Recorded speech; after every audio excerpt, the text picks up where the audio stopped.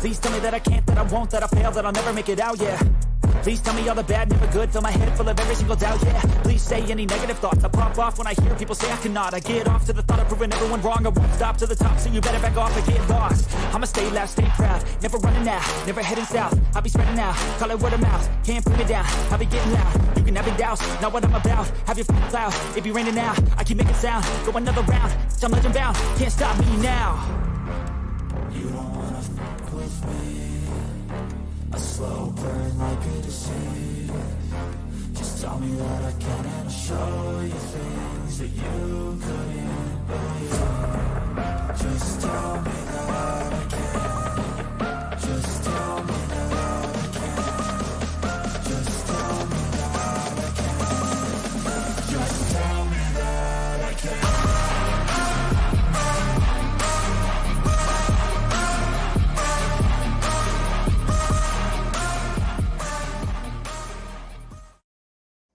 All right. Good evening, everybody.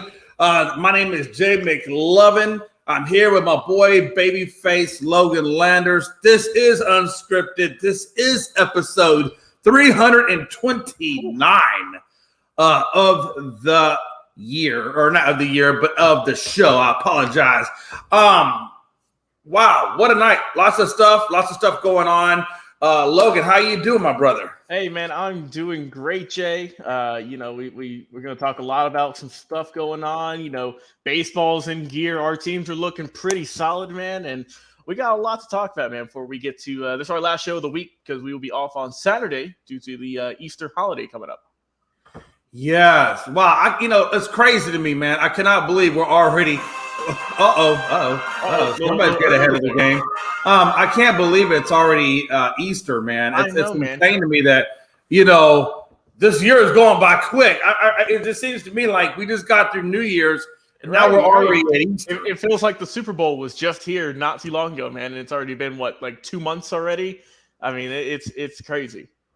Yeah, it absolutely is, man. Check us out. We are on Twitter at Unscripted Guys, all one word, and we're also on TikTok at Unscripted Sports, all one word. For all the new and updated sports information, you can check us out there. And by the way, before we get the show kicked off, Logan, I understand you may have some news or an announcement. Yeah, man. Like you said, so Jay, spring just happened, fall changes are going on, and we've all been in some talks behind the scenes about some changes ourselves. So to all of the our loyal fans out there, like I said, don't worry, Unscripted will still be here Tuesday, Thursdays, Saturdays, whatever days. But we are in preemptive talks, Jay McLovin, as you're aware, of beginning our own network. Obviously, it's our brainchild with me, you, Frankie, Chris, whoever else, all of our other friends in the sports broadcasting community. Just kind of wanted to, branch out, do some more stuff, put some more shine on some friends of ours, man, and just really get things rolling. So, yeah, that's in preemptive talks. But the cool thing about this, though, Jay, is we've all collectively decided that we want the fans, our loyal fans who've been with us for 329 plus episodes. We want to hear your opinions, not just on, something, sports stuff like that, or who's the GOAT. We want your opinions and your suggestions on what should our network name be. Yes. So if you have any suggestions, we're going to be reminding you, pretty constantly throughout the shows, into the shows, beginning of the shows, from here on out until this begins. We're going to also take into consideration what names you put out there, and myself and Frankie will put that out on social media, and we will have that go to a poll, and whichever name gets the most votes, that is going to be the name of our new network that will start at a later date. So, Jay, a lot of big things coming this year, man. I'm excited for it, and like I said, if you have any comments, you have any suggestions for a name, please put it in there, and we will put it up on the screen and take it into consideration. Well, all right, man. There you go, folks. Make sure you check out that poll on Twitter and Facebook and put in your suggestions, man. What a time to be alive, man. Let's go ahead and get this show kicked off, Logan. Yeah, here we go, my brother.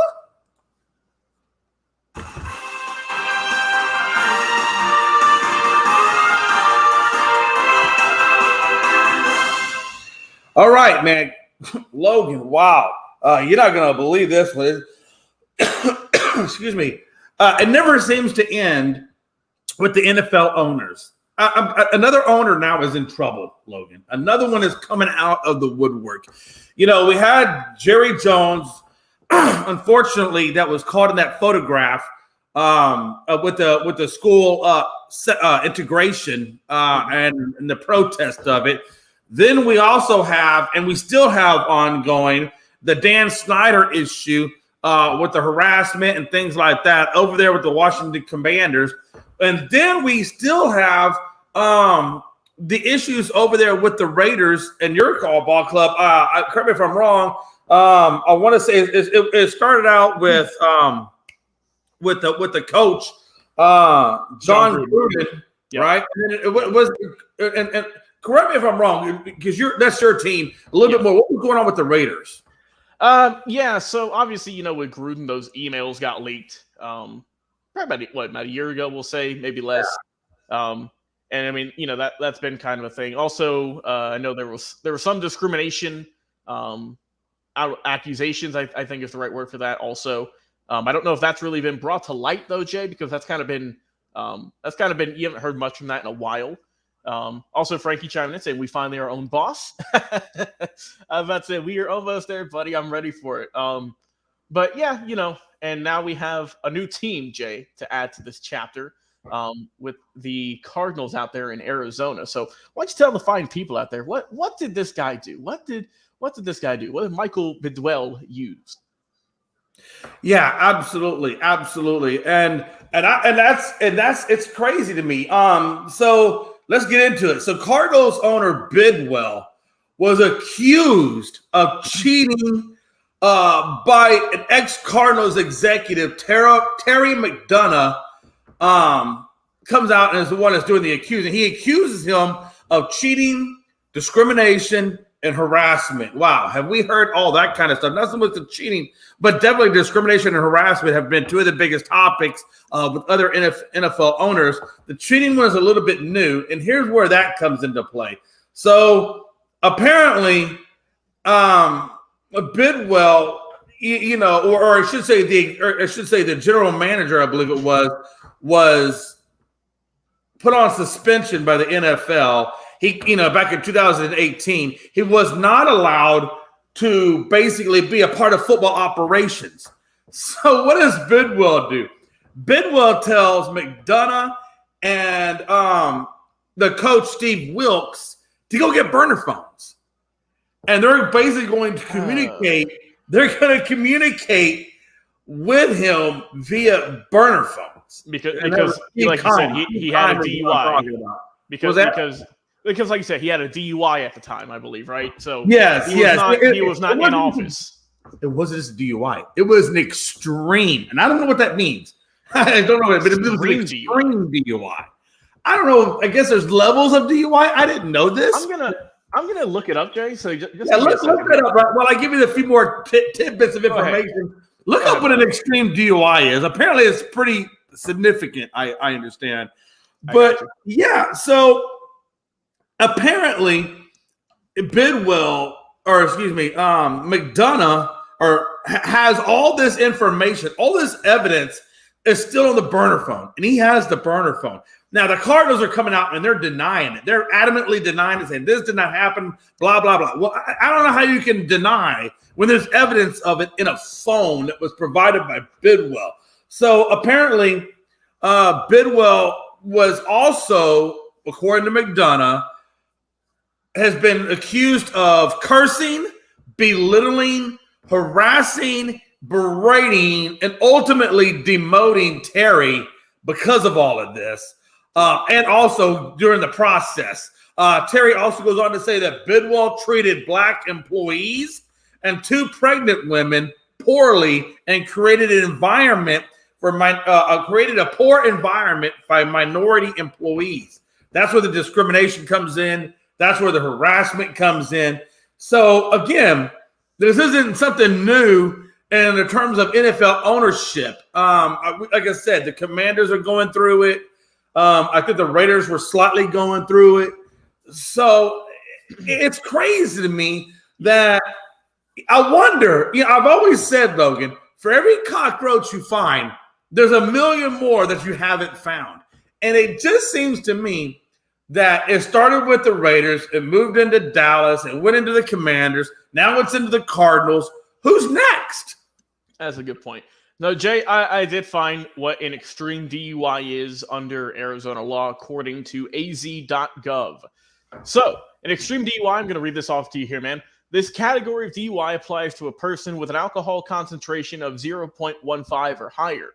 For your first offense, you will be jailed for not less than 30 consecutive days with no eligibility for probation or suspended sentence and fined not less than $2,500. You'll also be required to undergo alcohol screening / education / treatment and be ordered to perform community service and to equip any vehicle you operate with a certified ignition interlock device, which I believe this was his first offense. Okay. So that is what an extreme DUI is in the state of Arizona.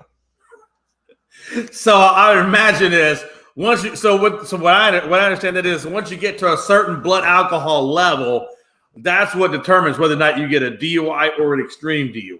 Yes, and then if you get popped for a second time, you'll be jailed for no less than 120 days. So that's what 5 months, 6 months. Yeah. So it just gets higher. So yeah, obviously, not a good look. And Jay, some people turn to reality TV shows like the Kardashians or I don't know what's out there anymore, man. I just know that's the big one. But we got the NFL, Jay. we got the NFL. We got the NBA. We got MLB is a little bit lighter, I would say. But oh my God, it's something. It seems like every week that we get owners or managers, players, something getting popped for something, man. And it's awful to see, obviously. But man, it's you hate to really. I mean, we don't like talking about this stuff. We like to talk about on the field stuff, but sometimes it just rears its ugly head far too often. Yeah, exactly. And that's the thing. You also had the issues with ownership with the Miami Dolphins, and everything that they went through, and the loss of draft picks and things like that. I'm just saying, at what point, I just wonder how many more are going to come out of the woodworks and what's going on with NFL ownership. You know what I mean? Oh yeah, I feel you. It's a mess, Jay. It is, but obviously, this is just the probably the beginning of all this, and we'll see how it goes and how far it can. Man, that's crazy though. It's just insane to me. Yeah, it's insane to me, and I would not be and I'm not going to be surprised. I don't think this is the end of it. I would not be surprised if more NFL ownerships, come to light. And again, yeah, like you said, this is going on in MLB. It's going on in the NBA. I mean, we all know what went down with the Clippers. We're crying out loud. Oh my God, yeah, that's I mean, the most egregious one. Yeah, I mean, it's just it's amazing. Real quick, everyone also, oh,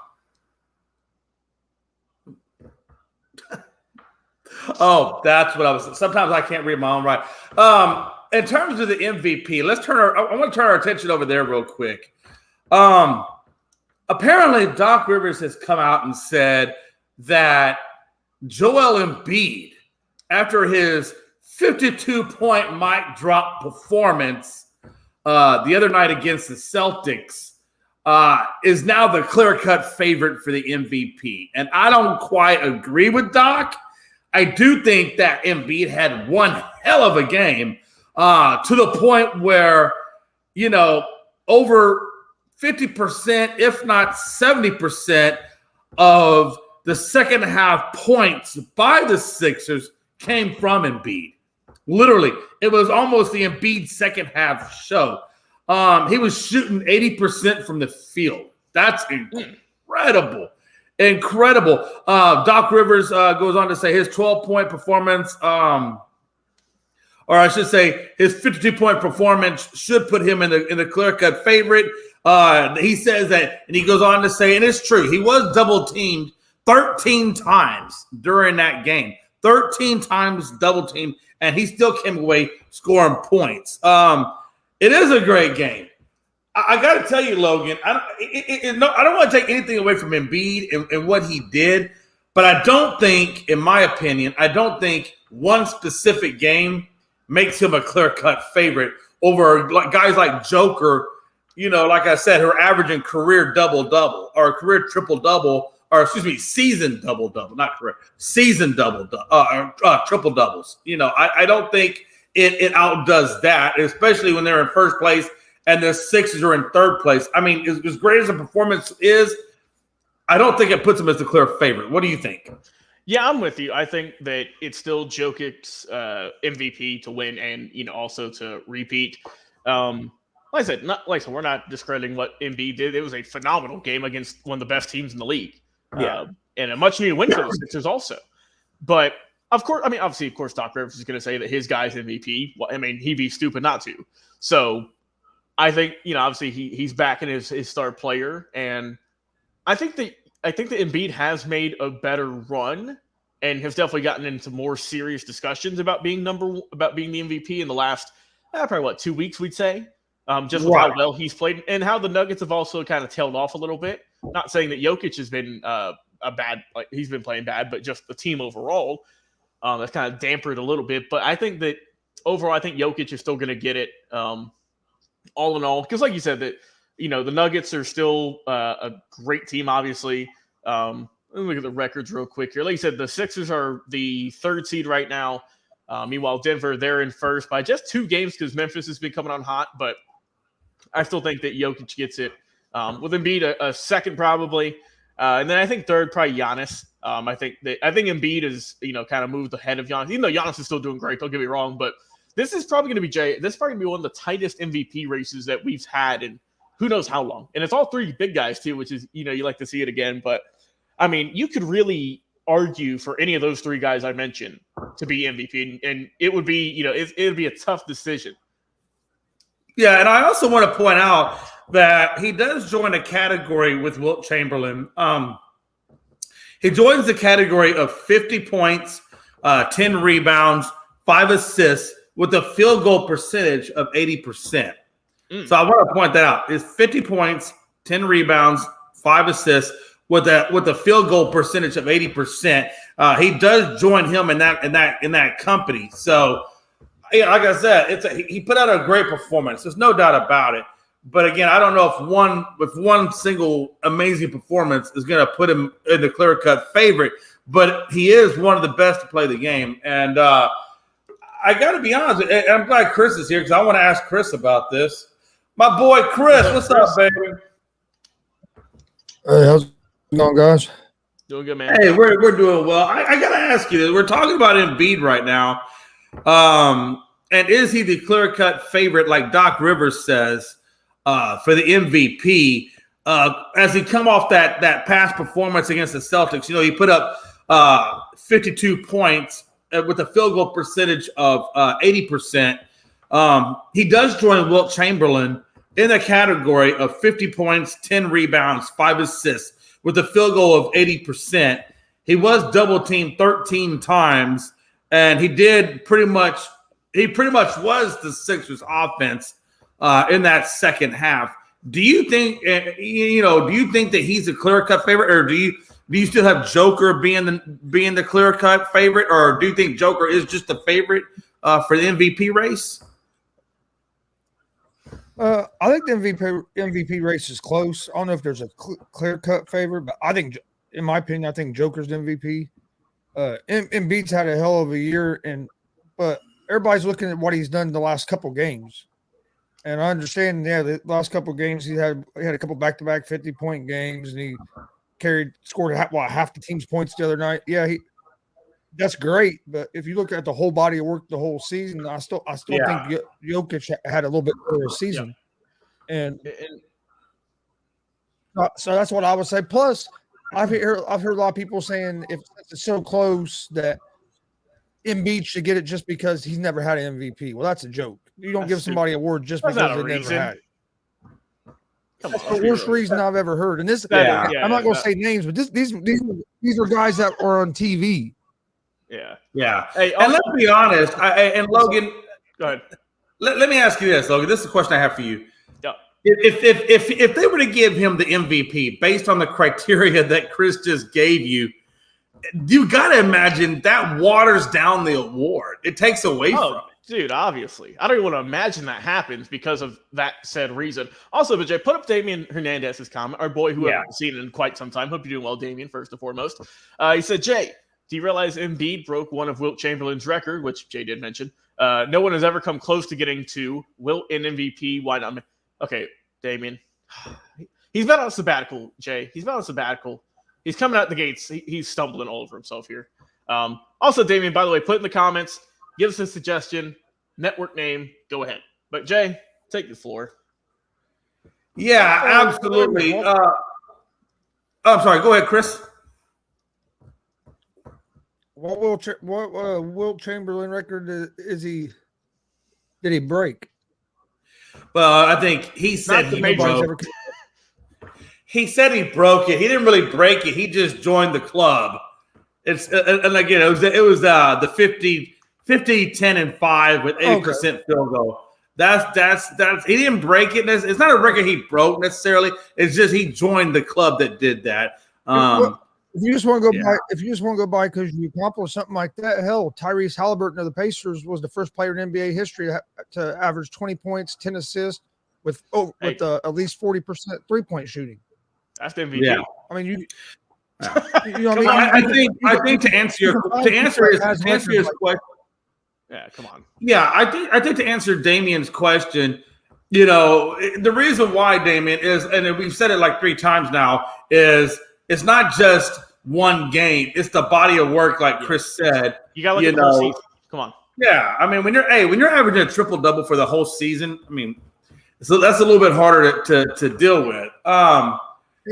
Damian goes on to say, I don't get why players have to be out of the MVP talk when their teams are having a bad.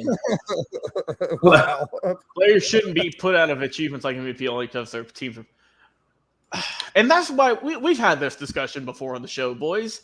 We've talked about this. You know, we have. Look, obviously, what a time to be alive. That's all I can say. What a time to be alive. I'm about to say, I'm going to leave it at this, Damian. Obviously, I feel that they have to define this a little bit better because of like what you said, how obviously, you know, Luka's going to get some first place votes from some writer, I'm sure. But I mean, his team's not even the play-in. You know, I mean, and they were in talks of shutting him down. I think now the Mavericks are saying they're not going to shut him down, but man. Let's move on to some golf, Jay. Hold on, real quick. I have one quick thing. Go ahead, Chris. Go ahead. Yeah, one quick thing. When Kyrie Irving joined the Mavericks at that time, the Mavericks had a 56% chance of being in the playoffs. All right. Today, they have a 6% chance of being in the playoffs. Holy hell. Oh, my God. Wow. That's another topic for another day in terms of just that whole debacle. All I can say is talk about falling from grace. Kings. I want to talk about these Kings real quick. Exactly, the Kings clinched the division title. First time they've clinched the division title since 2003 with the win over the Pelicans, in which Sabonis records a triple-double that he goes 16, 12, and 11. I'm going to tell you right now, the biggest thing the Kings ever did was getting Sabonis from the Pacers. Gonzo, I know you probably hated seeing Sabonis leave your beloved Pacers, but man, what a difference he's made for these Kings. Oh yeah, I hated seeing Sabonis leave. The dude's he's a monster. A lot of people didn't really know who he was, and not just on the offensive end, dude. Rebounding, blocking shots. He can play pretty good defense. Well, but don't get me wrong. We did get Halliburton out of the trade, which really helped us as well. But I'll be honest with you, I was hoping they'd get rid of Turner and keep Sabonis myself. Unfortunately, you can't always get what you want. Yeah, Sabonis a little bit better on the Turner's great at blocking shots. Sabonis a better rebounder, and that's what really hurts the Pacers right now. But Sabonis is a monster. Better scorer too. Yeah, he's a better scorer as well, and he's helped that Sacramento team. I mean, really, he's played close to at a MVP level most of the season. I mean, you have Jokic and Embiid, and these guys have been at another level. Ooh, okay. Damien said MVP is based off the performance of the players, not how the teams are performing. I'm guessing it's MVP. If MVP is based on the team, then they would get the MVP, not the player. I think we've said that, right? We've said well, it does. Anyway. It does, Matt. Where the team finishes does have something to do with it because it shows you especially what his contributions are for the team being in the spot that they're in. For example, Joker's in first place. You take away Joker, that team's in last. You know, so there is some to that, Damien. But I understand where you're coming from as well.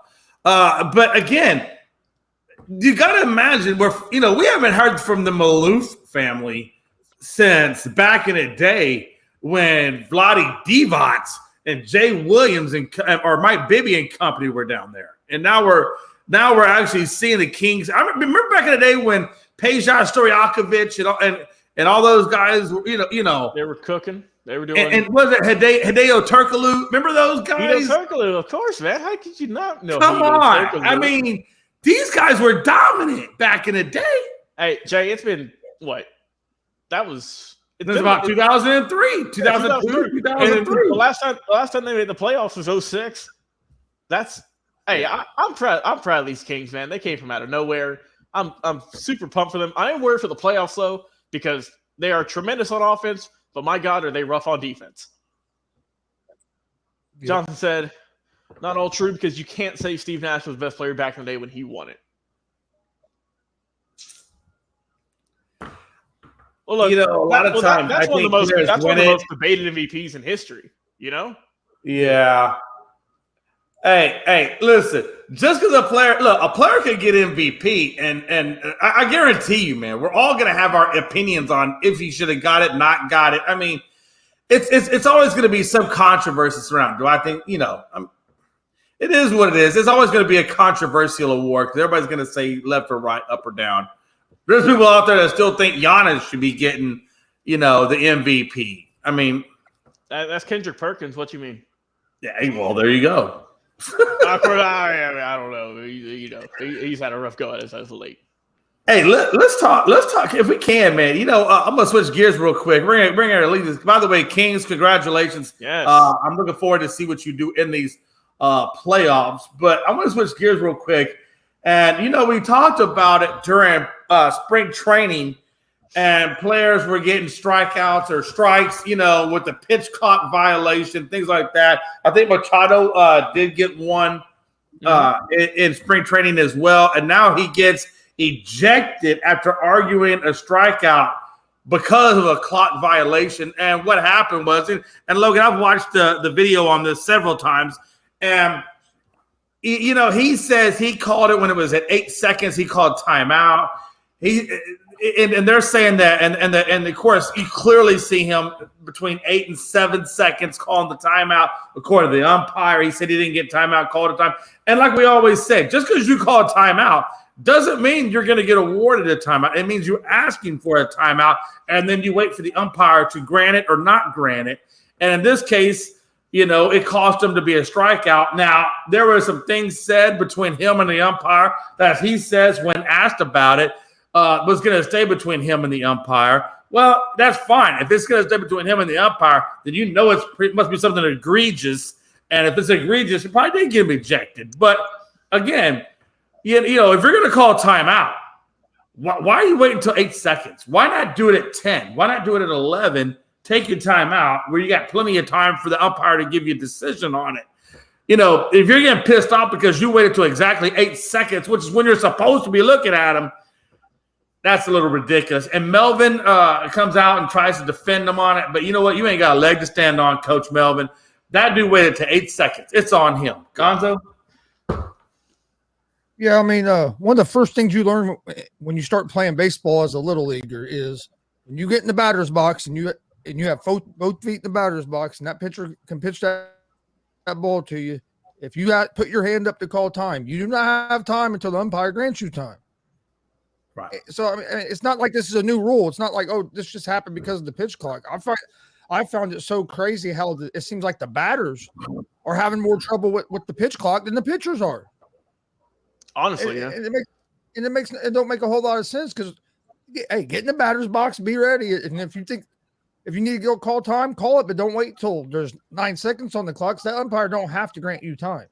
I mean, it's even that I've umpired Little League baseball and middle school baseball, a little bit of high school for 25 years. And the umpire doesn't have to grant you time, especially with the pitch clock thing. It's a little more clear. But back then, with no pitch clock, it was up to the umpire whether he thought the pitcher was going into his motion or not. Because if they're not going to stop the pitcher to give you timeout, you know what I mean? So it's now with the pitch clock, to me, that makes it a little bit more clear. Hey, if it's 8 seconds, you can't call timeout. Well, if you try to call it at 9, if I'm the umpire, hey, I'm probably not going to give it to you. There might be you know what I mean? Just depending on how the game's going and how everything is. But if you do it at 10 or 11, you have a better chance probably of getting that timeout. I'd like to know what he said to him. Just because, I think we all want to know what he said to him. It'd be interesting because, dude, I've had some interesting stuff said to me as an umpire from parents to even the players to the coaches. Players. So yeah, so it'd be nice to. It's always funny to hear what some of the coaches say because I got thrown out of a game before as a coach and I know what I said to the umpires. So Chris, you said have a nice day. I'll meet you at the Dairy Queen afterward, right? Pretty much. Yeah. Also, Jonathan Suggs brought up a good point. He said Ohtani got a pitch count violation at the mound and the plate yesterday. So there's your two trivia questions right there for a bar in 5 years. Who was the first one to get it at the plate? That's Mr. Machado, and who was the first one to get both? That's Ohtani. So, hey, it's gonna happen. The interesting thing about it is these are some isolated. I really thought it was gonna be more prevalent than what it has been now. Not prevalent, but just a few more cases. It'd be more frequent. Just been a couple of isolated spots. It really hasn't been.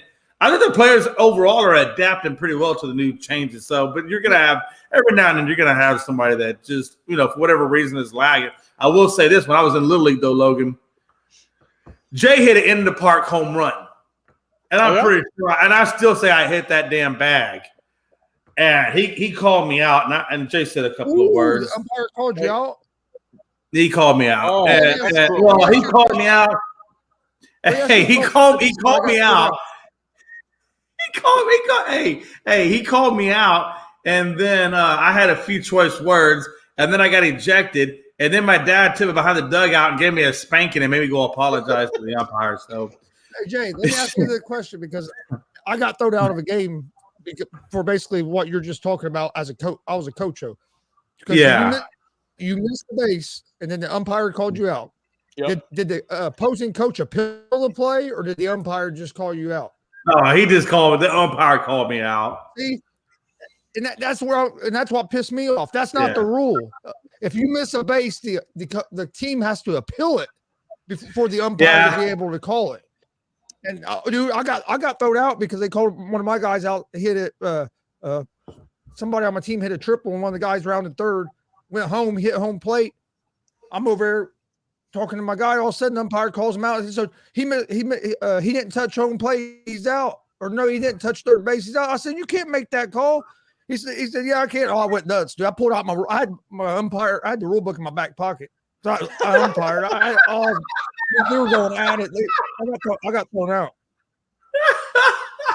Hey, listen, man. Yeah, you haven't played good baseball unless you're thrown out in a little league / maybe even high school baseball game. That's when you hit the pinnacle of being a true baseball player. But I will tell you this, man. My dad had no problems. My dad had a good swing. Listen, I got a home run. My dad got a home run on my butt. It was quite the day. Let me tell you. Real quick, one of the funniest things I was ever told by a parent was he was going to feed me to his Rottweiler, and he's going to put me in a 50-gallon drum. Oh, dang. Oh, wow. Because I called his son out at home plate. Hey, listen, I'm not saying that's a little intense, but that's a little intense. That's a little intense, man. Tony says got thrown out of wrestling tournament also. Yes, wow, you got thrown out of wrestling tournament? Yep. Hey, this is hey Jay, I think we have an idea for a new show for our network that's going to happen. It's just story times. We're all going to tell stories. Man, listen, make it go on. I'm all for it. Hey, you know what we'll do, Chris. We'll find someone out there. We'll pay them some money. We'll have them animate this for us. Hey, Chris. Logan's not going to tell you this, but I Googled it and I found it on the internet. Logan got thrown out of a hot dog eating contest because he was doing 4 hot dogs at once when they were supposed to only be 2. Hey man, I'm trying to be the next Joey Chestnut, Jay. July 4th coming up fast. Hey, listen. And hey, you know what though? Hey, those dudes make money, Logan. Oh, dude, yeah. Oh yeah, they do. Honestly, I shouldn't have got kicked out of the rest of the tournament. The other guy should have, but that's a story for that's another story for another day. Gonzo still hasn't let it go. Got drunk one night and fought in a cage MMA fight. Oh, you told us that, yeah. Or you sent us a video of you doing that. That was. I wish I could find the video of that. That'd be awesome. Yeah, I think you sent it to us about a month or 2 ago. It's somewhere on your page, I know. But oh man. Hey, real quick. So I got a couple real quick. Can Roy McIlroy? Now we know the Masters is going on right now, so we know McIlroy is not in the lead. But I still wonder if it's not too late for him to come back and win the Masters. You know, he's Logan. If you haven't figured it out by now or don't know about it, because I didn't know about this either. So you know, if you don't know about it, trust me, you're not the only one because I didn't know it either. But there are only a select few players that have ever won the Grand Slam. To be honest with you, there's only 5 right now that have ever won the Grand Slam. Obviously, Jack Nicklaus, Tiger Woods, Ben Hogan, Gene Sarazen, and Gary Player. Those are your 5 Grand Slam champions in a sport that is over 100 years old. Oh, yeah. And McIlroy is trying. He needs the Masters to get to that Grand Slam, whether he gets it this year or whether he gets it next year, whatever. You know, do you think that he's going to be able to get that Grand Slam before he hangs up his golf clubs? It's a tough one. I don't know about this year per se. I think this one will go maybe someone who we're not super familiar with because that's how it is sometimes is the Masters. But I think, I mean, obviously it is a possibility, Jay, right? He's still got a good bit of golf left in him. And that's the thing is that these guys can keep playing forever pretty much. Right. I mean, you can play a lot and, obviously he's a super talented player. I think, obviously I'm going to say he has a chance. Jonathan Suggs says, no, he's got Rahm winning it and a green jacket. So he does not think that Rory will get it throughout the rest of his playing career. I would love to see it, though, man. I would love to see it. I picked Rahm, and yesterday on my sports betting show, before the Masters started, I picked Rahm and Justin Thomas were my 2 guys that I gave out to win it all. And Rahm played great today. I'm glad you didn't pick old who was it? Na and Zelensky or whoever, or Zalatos, whoever they both of them called it a day. They packed it in early. They said we're out of here. But, hell yeah! I don't know how much of the Masters you guys watched today, but it was. I'll tell you what, the first round was real good. You have 3 guys tied for first, and then you have 2 guys tied for second. Yep. And then you have like a group. You got Hovland, Rahm, and Koepka in the top 3. Yep. With Young behind him by 2 strokes. But to answer your question, Jay, I think McIlroy will get the Grand Slam. I don't think he's going to get this year. Unless he hits the ball a lot more consistent tomorrow and over the weekend. He was struggling hitting some fairways. And he actually even struggled with his irons a little bit today, which isn't normal for him. Also, John says you didn't have Tiger Woods. No, I would love to see Tiger get it. I don't see it happening. I think Tiger's in 50 some odd right now.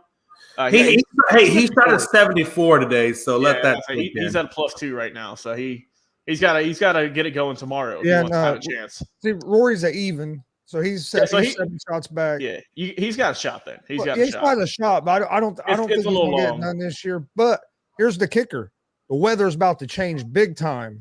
I'm about to say, it's supposed to rain here. Yeah, because I'm not too far from Augusta, so it's supposed to rain here in a little. Tomorrow, if not tomorrow, then Saturday. It feels like for sure. And in the day, it was like what, like in the 78, 80, and then it's supposed to be in the 50s over the weekend. Today was nice, but we didn't get any rain today. And I'm not too far from Augusta. I live out near Gainesville, but they said it's going to be raining pretty much this weekend. So we'll see how they can get it tomorrow, how much they can get in. Because it looks like Saturday, man, that rain's going to be coming down. Well, not only that's going to change the greens. That's going to screw everything up. I mean, it's going to be. If you're shooting hot, that might cool you off, and if you're cold, that might be what you need to warm you back up. Who knows? I'll tell you who was impressive today, real quick, was Brooks Koepka. Also, too, it's interesting too, Chris, that they allowed the live players to play in the Masters. Yep. That's been some controversy.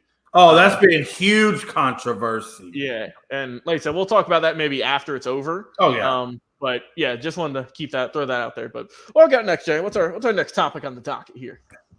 Hey, so let's talk Warriors real quick and Dynasty and CBA rules. Draymond Green has come out and said, due to the salary cap, in particular to the second salary cap apron, that limits teams to $17.5 million over the luxury tax from having access to taxpayers at the mid-level exemption. So in other words, if your team is $17.5 million over the luxury, you can't add any more players into that in terms of finances, which Chris actually puts almost kind of inadvertently puts a hard cap or is like putting a hard cap on the salary in the NBA.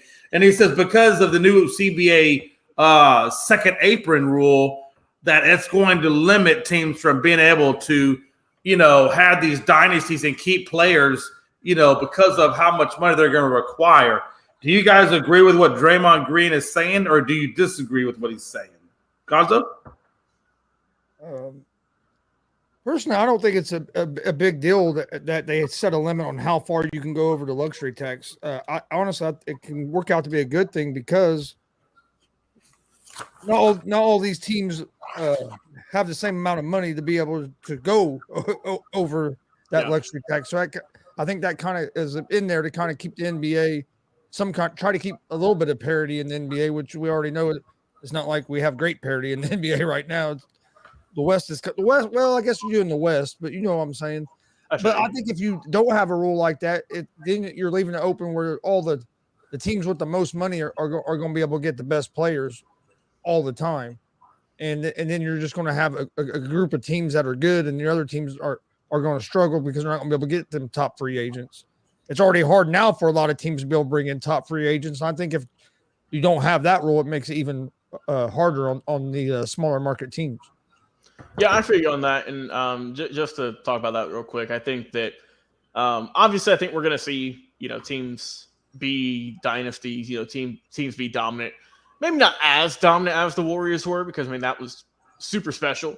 But, it's happened before this with the Celtics, the Lakers, all the big teams who've had a bunch of championships. And, I'm sure it'll happen again, but I'm kind of with Chris. I'm kind of, I can see why they implemented this because, my God, spending's just gotten out of control in the NBA in a way. You got guys who are the eighth man on the bench getting paid $50 million now. And Damian, our boy, once again, he's on fire tonight, fellas. It's a question. Jay, throw that out there for the screen so the people can read it like us. He said, why is it that everyone is hyping up the Suns? Yeah, I know they are playing good and look good on paper, but to be fair, they always do this every year, and they always, you can see that emoji there, the bet in the postseason. He said, why should this season be any different? 2 letters, KD. That's it. Come on. Yeah, it really is the KD show now at that point. And look, you have Durant, who's a proven winner, right? You got Booker, who is one of the best scorers in the league. Chris Paul, who's a capable veteran who can get you assists. You got Ayton down low, and then the bench worries me a little bit, obviously. But like I said, it's a good team, man. And look, I get they're not top seed because it just they really struggled at the gates this year, and they haven't really had a whole lot of chemistry with Durant. He hasn't played a whole lot because he was hurt for a little bit there, but. I think that they've got a really good chance of, I don't know about going to the finals, but at least going deep. Jonathan Suggs, he said, how did that 2 letters do last year? first round. Hey, man, that's just. Hey, listen, I get it. But again, that was but that also, John Suggs, to answer that, that was a different team now. Whoa. Damian. You might not like KD, but you can't say that ain't done nothing in the postseason. That is a. I'm going to say, hey, he's a two-time Finals MVP. We're not going to acknowledge that. We're not Roman Reigns. He's just trying to start something. Come on. All right, let's get out of this. What's we got? Yeah, let's get into this. Let's go ahead and get into this. I asked you this last show, and I've been putting this off, but we're going to hit it this show. What draft prospect should not be drafted number one, or not should not be drafted in the first round? Not number one. What draft prospect should not be drafted in the first round? Now, again, when we it doesn't mean that he's not going to get drafted. I'm just saying which one should not be. Like, he's going to get drafted, but should he really be drafted in this round? Okay, I'll start it off, and then I'm going to give you guys an opportunity to think about it. Now, Logan, Chris, this has been in there for a hot minute, so I know you should have been doing your homework. And if you didn't do your homework, I may have to fail you. Oh no. I may have to fail you. You may have to get an F on this one and take the L. We'll respond to your comment after we're done with this. We need a palate cleanser. We need a palate cleanser for that. So here's mine. Now, again, this guy that I picked is going to go in the first round. I have actually suggested that maybe he goes number 19 in the first round. Will Levis. Mm-hmm. And I'm going to tell you why Will Levis should not be drafted in the first round. And I will tell you, because if this draft class was any deeper or any better, we're not talking Will Levis in the first round. We're not. And I'll give you a few reasons why. Number one, and I've said this before, several GMs have said about his interviews that he's arrogant, entitled, and frankly, most of his answers are just flat out bizarre. So the mental issue is already there. That's number one reason. Number two reason is his age. The guy is 24 years old. He should be much further along in the developmental process than where he's at right now. Because by the time he gets developed, by the time he's done and ready to take over the reins, if you are going to make him a number one, he may not be but 25, or he may be 25, he may be 26, hell, he may be 27 by the time he's ready to take over a team. And by that point, how many productive years are you really going to get out of him anyway? Maybe 3, 4 at best, maybe 5, depending. So age is another factor for me, and where he's at in the developmental process with that age. Number 3, why didn't he beat out Clifford at Penn State as his backup for 2 years before being transferred to Kentucky? That's number 3. And then when he did get transferred to Kentucky, why did the man throw 25 damn interceptions in 2 years? Let that sink in for a minute. 25 interceptions in 2 years after going to the transfer portal because he wasn't good enough to outbeat Clifford at Penn State. Let that sink in for a minute. And then again, last but certainly not least, he only breached 250 yards once in 15 SEC contests. 15 SEC contests. Once he breached 250. Those are my reasons why I feel like, at best, if the class was any deeper, he would be going in the second, maybe even the third round if the class was deeper. All right. So Will Levis is mine. Jesus Christ, Jay. That was impressive. That was some phenomenal work right there, my friend. Jesus. Chris, brother Chris, we're in the dumps now, man. Oh, who's up next? Hey, we'll go down the line. All right, I'm gonna surprise you all because the person I think shouldn't be drafted in the first round is also the person I said on Tuesday that's going to be the number 1 pick overall in the draft. I know where you go with this. I don't think Anthony Richardson should be drafted in the first round. He only played 13 games in college. Has a 6-7 record as a starting QB in college, completed 54% of his passes, thrown 24 touchdowns in his career. in college to only to 15 interceptions. Last year as a starter, he was 6-6, 17 touchdowns, 9 interceptions. Don't have much experience. We've seen quarterbacks come in the league, kind of like, well, Mitch Trubisky came in, didn't have a whole lot of experience, didn't have a lot of college games to see what he would look like, and we've seen how that worked. I just think Richardson is more of a project, but because of his great athletic ability, and he interviewed real well at the combine and everything, his stock is really hyped up, and he's going to go probably top 10. But honestly, I think if the teams are overdrafting him, it would be smarter to pick him up maybe second, third, fourth round where you have more time to develop him. But he's not going to be there. So, but he's the one I think that they're overdrafting him. But even though I do think he's going to be the number 1 overall pick. Yeah, that's a good point. That's a good point. And even John Suggs says Richardson or Levis, either one, take your pick. Should not be gone in the first round. So yeah, absolutely. And then John Suggs going back says he says the Nets had, if not more talent on paper than the Suns, and so Katie didn't get it there. So Logan, who's your team? You mean player? I'm sorry. Okay, yeah. All right. So I'm glad I made 3 suggestions because you guys picked my first 2. Well, that's what we do here. We always have backup plans on top of backup plans. So y'all went offense. I figured might as well throw a little defense in there, right? Let's go to a young fella, right? Out there with the Tigers and I don't know, maybe Clemson. Let's go with a guy by the name of Mr. Miles Murphy. Wow. Okay. Don't get me wrong, Jay. Okay. Athletic freak, right? We know what he's about. But still not seeing. I'm not seeing that big first round talent, Jay. Lacks some pass rushing ability in terms of moves. He's kind of one-dimensional. Doesn't get a good bend around the corner that you like to see for those really kind of speed athletic guys. I'm not sold on him completely. Now, I think he is going to be a solid talent, but first round, I'm a little bit skeptical on that one. So that's my pick. I got Mr. Miles Murphy going out of Clemson.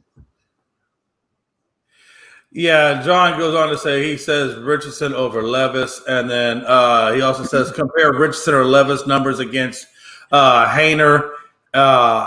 Jake is going to be a diamond in the rough. His stats are probably just as good as Stroud. Speaking of that, remember when I told you I said that's going to be the Brock Purdy of the draft? Where is he at? Fresno State, I believe. Yeah, Fresno State. Damien, I don't see Bryce Young making it out of the NFL. Only reason is that not because of his talent. I don't see him making it because people putting too much pressure on him by hyping him up.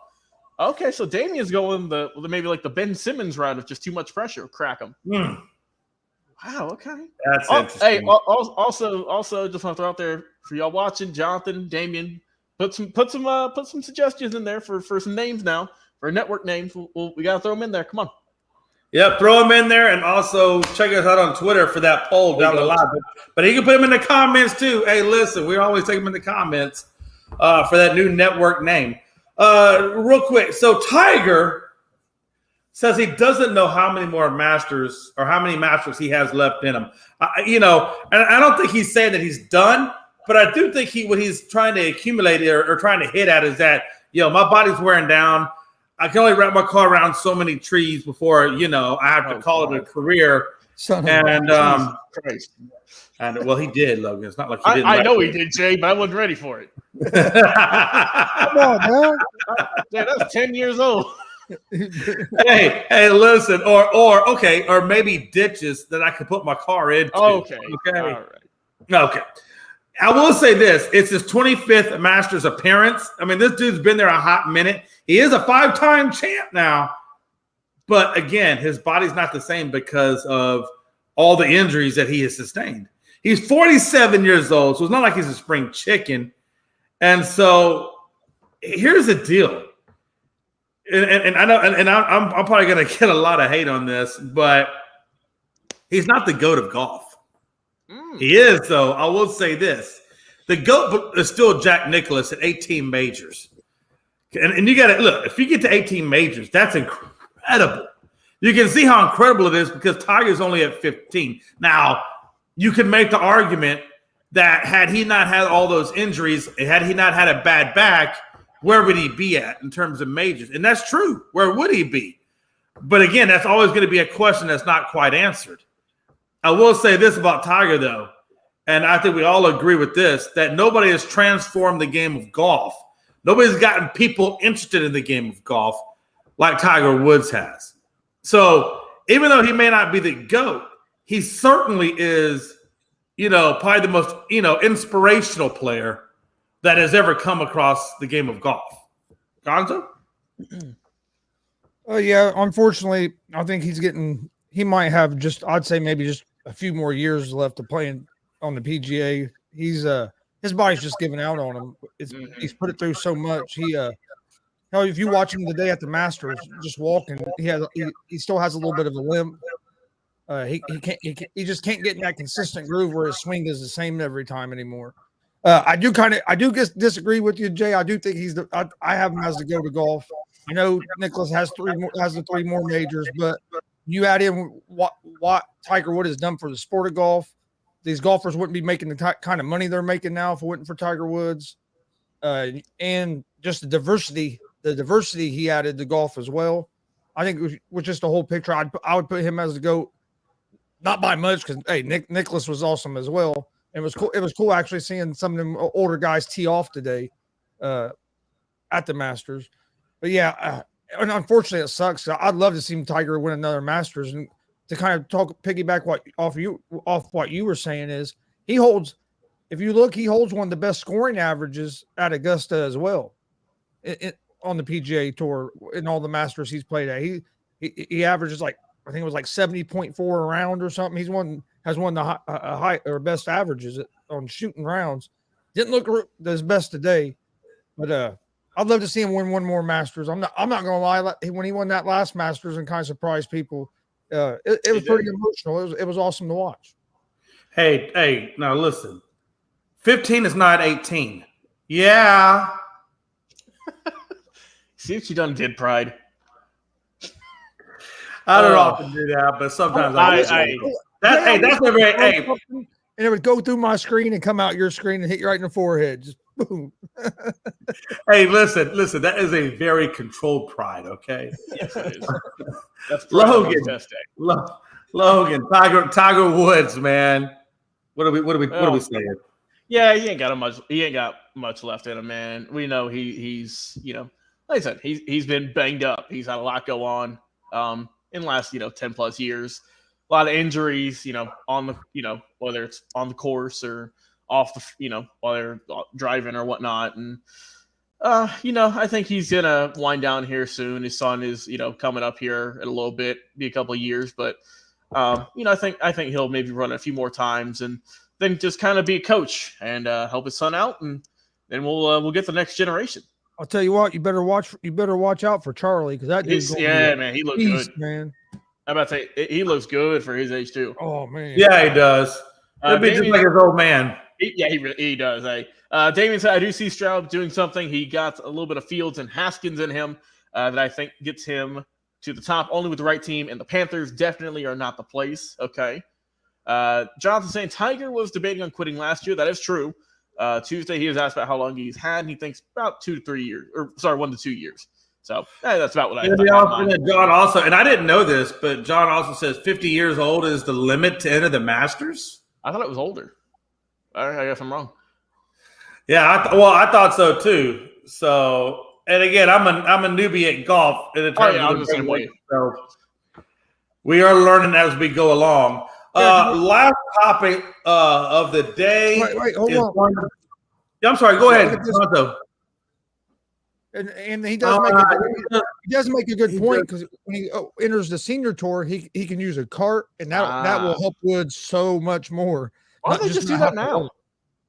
Huh? Come on. How come they don't just use a golf cart now? They won't let you on the PGA Tour, but on the senior tour, when you're on the senior tour, them guys are all over 50 and they use carts.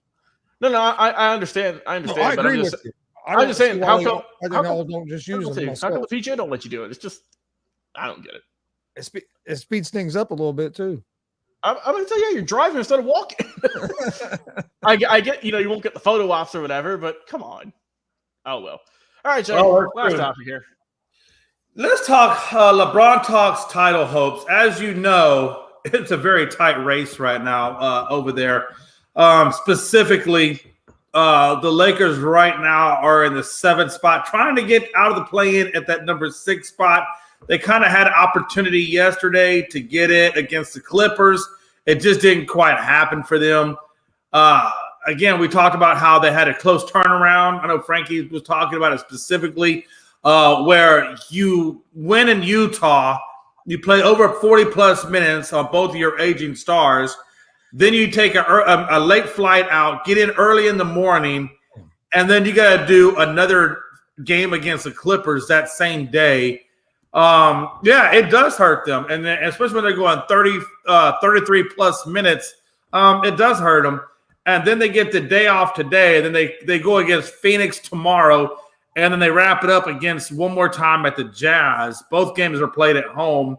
They do have the harder road to get to the play-in or to get out of the play-in versus Golden State and New Orleans, which New Orleans is in the 8th spot, but they had the same record as the Lakers, but they have a little bit easier schedule. But again, title hopes. He says that the team doesn't have as much chemistry as other playoff teams, but he likes what they have done over the past month, which is true. What they've done over the past month, what they've done in the acquisition of talent has been a lot better than what it has been. AD and Braun, like I said, logged over 40 minutes against Utah. They did walk away with the win, but now it's going to be a lot harder. I posed this to Frankie, and I'll ask you guys the same thing. Do you rest your stars and just settle with the play-in, or do you push your stars and try to get as much out of them to get to that number 6 spot, but maybe either risk the likelihood of injury or the likelihood of being, really fatigued when you do get that first playoff series? What would you do, Gonzo? Oh, man. Let me ask you this. Is there any way that they could fall out of the play-in these last couple games? I think they've secured a spot. Okay. Yeah, at this point, no. 2 games left in the season. At this point, and this might just be me because it might be partly because I don't think even if the Lakers are the 5th seed, I still don't think they're going anywhere in the playoffs. But I think what gives them their best chance is rest, especially LeBron with his age and just some of the injuries. I would rest him and maybe even Anthony Davis these last couple of games and try to go into the playoffs as healthy as I could. Because honestly, the way this team's built, I don't think it's going to make a big difference whether they're the number 6 seed or if they're in the play-in. I really don't see them going. As far as I see them maybe going, is if maybe they can make the second round. But honestly, I think they could be a first-round exit, just depending on who that first-round matchup is. Yeah, I believe that too. The only thing is, I mean, you get in that play-in, then they might not make the playoffs. So I mean, you know what I mean? So you're taking a chance if you are in the play-in, then you might not make the regular playoffs per se, because you could get put out in the play-in, even though I think they're capable of beating those teams. But we also seen them barely beat a Utah Jazz team that in overtime that isn't one of the best teams in the West either. So it's going to be interesting. Hey, I don't know if to laugh, but that's pretty damn good. He says, Logan, do you really want to see Tiger driving in a golf cart with all those trees and people? I'm not going to comment on that. Come on. I can't comment on that. I gotta give Damian a little bit of credit though. That's what. Hey, listen, I'm just saying, man. Hey, that's one of the better ones, Damian. That's one of the better ones, man. Again, not trying to make fun of Tiger, but come on. But back. Let me give my little brief synopsis here on these LA Lakers, Jay. I think you just rest them honestly for the last 2 games. You're not going to change much. You're already locked in a play-in spot. You know what I mean? If they hadn't locked in a spot already, I would play them obviously, but they have. And I would way rather have these guys rested for the play-in game that means a lot, as opposed to 2 regular season games that might bump you up a seed or 2. So I'm fine with the rest of them. Obviously, like I said, they're older, and what you said earlier, and what Frankie's been saying too about how the trade deadline really saved this team because, I mean, before this was a team who was probably not going to make the play-in, Right. who was not looking good, who they had, LeBron was hurt a little bit, AD was hurt on and off, just never could get it right, never had the right pieces. But after the trade deadline, when they acquired all those guys, the Russells, the Vanderbilts, the so on and so forth, I mean, they've really, I'm not saying they've been dominant, but they've looked definitely like a complete different ball club. But like you said, it's always hard to bet against LeBron in the playoffs. That guy is just a different monster. Doesn't matter what team he is, what age he is. He's always going to at least put up some solid games in the playoffs. He put up almost 40 the other night on great shooting too. John Sugg says, "Don't matter. They're going home the first round." In his opinion, we'll see. We'll see how that goes. So I think he has him going through the play-in though and getting to the first round, then knocked out by whoever that may be. And that's the thing though, Logan. If you look at last year, everybody had Phoenix Suns going to the Western Conference finals against the Warriors, and it wound up being Dallas that took them out, and Dallas was the one that gets. So you know what, John? As much as I agree with you, and I do think that's a popular opinion and a good opinion, but at the same time, anything can happen. Anything can happen, man. I'm telling you, anything can happen. I mean, hey, the team that was in the team you mentioned, the Mavericks, who were in the Western Conference Finals, aren't even the play-in right now. They're out. They're sitting home doing nothing. And also, too, Jay, while we're on the Mavericks, did you hear what Mark Cuban said? Yeah, so apparently he's saying Rick Brunson, the father of Jalen, basically prevented him from being able to negotiate further with Brunson. And to that I said, well, you know what? Maybe he shouldn't have gone so cheap. I mean, hey, the Knicks paid him well. I mean, they're doing great. They're doing really good right now. I'm just saying. Well, I don't know. You're absolutely right. And I will tell you this, too. If the Lakers are to go deep, in the playoffs, they're going to need a heavy, heavy dose of that bench. It can't just be the Bron and AD show because they're older and injury prone. That bench has got to do more to help this team out if they want to go deeper into the playoffs. So, again, the likelihood, slim, but there is still a chance. There is still a chance. So we'll have to wait and see how all of that transpires. And we're going to find that out, I believe, starting next week when the play-in actually does start. Logan, we're going to go bottom to top, man. We're going to start these final thoughts, man. What do you want to say before we get up out of here? Yeah, sounds good with me, man. Like I said, great show tonight. Also, like we mentioned throughout the show and earlier, new network starting up in the near future. No exact date for that set though, but we got to come up with a name, guys. We got to come up with a name. We want the fans to decide it. So, we'll probably put out there on Facebook, on Twitter. We'll probably throw a question out there just before we do the poll, just to get it flowing a little bit more. And yeah, so like I said, we'll keep you updated on that. Exciting stuff coming in the future. And like I said, we're going to be off on Saturday for Unscripted because the holidays. Jay's going to be out of town. We're going to be visiting some family. So hope everyone has a nice Easter if you do celebrate. And we will be back here on Tuesday of next week, I believe, and ready to roll. Absolutely, absolutely. Gonzo, final thoughts, brother. Join us Saturday night, 7 p.m. Eastern. DCCW Invasion 4, featuring Olympic gold medalist and WWE Hall of Famer Kurt Angle, WWE Hall of Famer Rikishi, and also WCW star, and he was in WWE a little bit, Buff Bagwell. Saturday night, 7 p.m. Eastern, live on YouTube, Twitch, and Twitter. And then Sunday, join us for Summit Pro Easter Sunday, 4 p.m. Eastern. We'll have some more live pro wrestling. So join us for them two big shows this weekend. And our interview yesterday with Brody Botkins. Go check it out. He actually talked on the interview yesterday about how in August he is leaving to go to Texas to train with Dustin Rhodes for Gold Dust, for 12 weeks. So that's cool, man. So that's a big opportunity for him. But it was a great interview we had yesterday. He's a great big man. He's a big guy, but he's real athletic. I think he has big things in his future. But so if you missed that interview, go check it out because you might get to listen to a guy talk before he becomes a big star. There you go. And let's see, we got a few more things here, Jay, before you can give your final piece here, and we can wrap things up here. Damien said, "What's your thoughts on Vicky Guerrero being cut from AEW and do you see her going back to WWE?" I don't. Chris, with all the stuff she's got going on, behind the scenes with her daughter and husband. That's a mess right now. Not going to go into that. Jonathan Sugg says, "How is the Jets going to afford Rodgers? They're over the cap now without OBJ or Rodgers." I don't know. That's kind of getting scary, honestly. I mean, wasn't this deal supposed to happen 3 weeks ago? It was. I think there's going to be some restructuring. I still believe there's going to be some restructuring of his contract.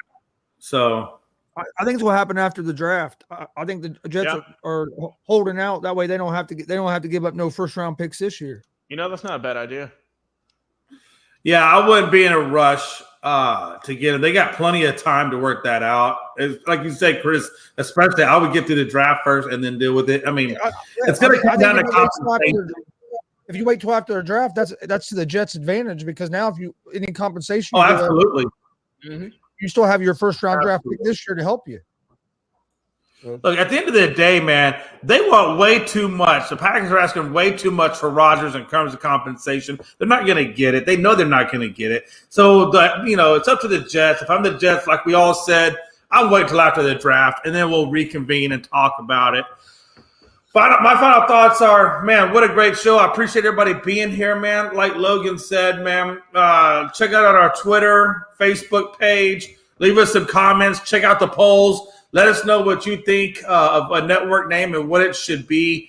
We value your opinion, and we are looking forward to seeing your thoughts and answers at that poll.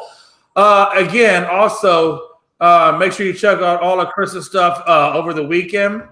Make sure you check out Chris tomorrow and myself at 1 o'clock on the Afternoon Blitz. And, what a time to be alive. A lot of baseball action today. My Astros and Frankie's Yankees and stuff are all postponed. So I guess we'll be catching those games tomorrow, although I won't see it because I'll be flying. Like Logan said, I'll be out of pocket. I won't be back until after the 15th. And, what a time to be alive. The show will still go on without me, though, because I'm really not that important. I'm just kidding. Check us out. We'll be back on Tuesday, 7 p.m. Eastern Standard Time. And it's your boy, Jay McLovin, Gonzo, and Logan Babyface Landers. And you guys have a good night. Stay safe, and we'll catch you. Happy Easter.